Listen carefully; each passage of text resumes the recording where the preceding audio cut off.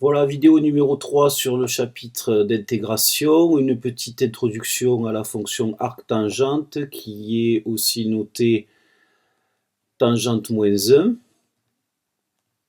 Donc voilà, c'est la fonction réciproque de la fonction tangente. Donc on a ici un petit rappel trigonométrique.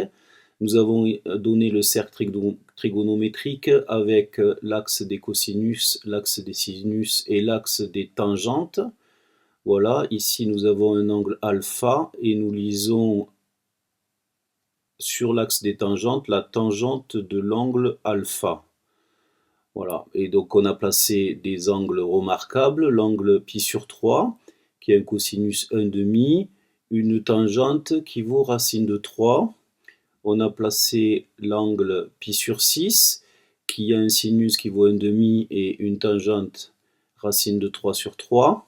Et on a placé l'angle pi sur 4 qui a une tangente qui vaut 1.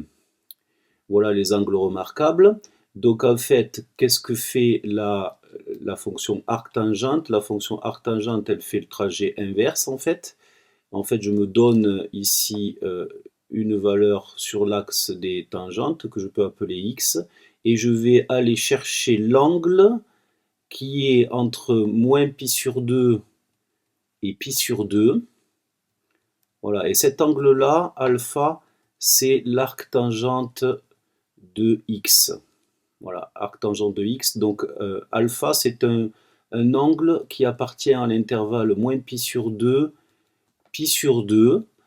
Et donc vous avez une fonction qui à x fait correspondre arctangente x, qui est une fonction qui est dans R, parce que les valeurs de tangente sont sur l'axe réel que j'ai noté ici verticalement, et qui a ses valeurs dans moins pi sur 2, pi sur 2.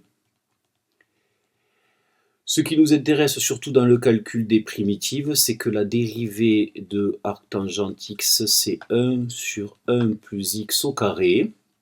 Voilà, ce qui nous servira surtout pour trouver des primitives de 1 sur 1 plus x au carré. Voilà, je vous remercie.